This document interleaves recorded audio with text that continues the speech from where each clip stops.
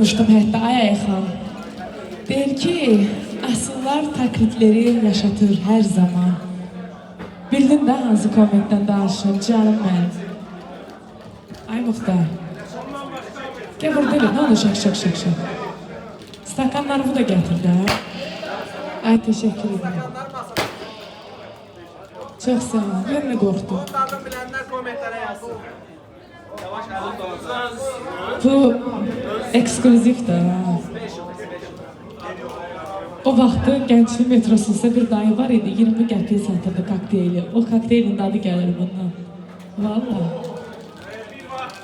Siz gün nə reydədir? Fərqli rəngdə olur, baxın. Roz budur.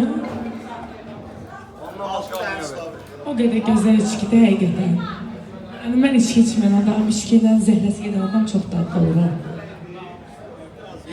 Gəlsin növbəti mahnı.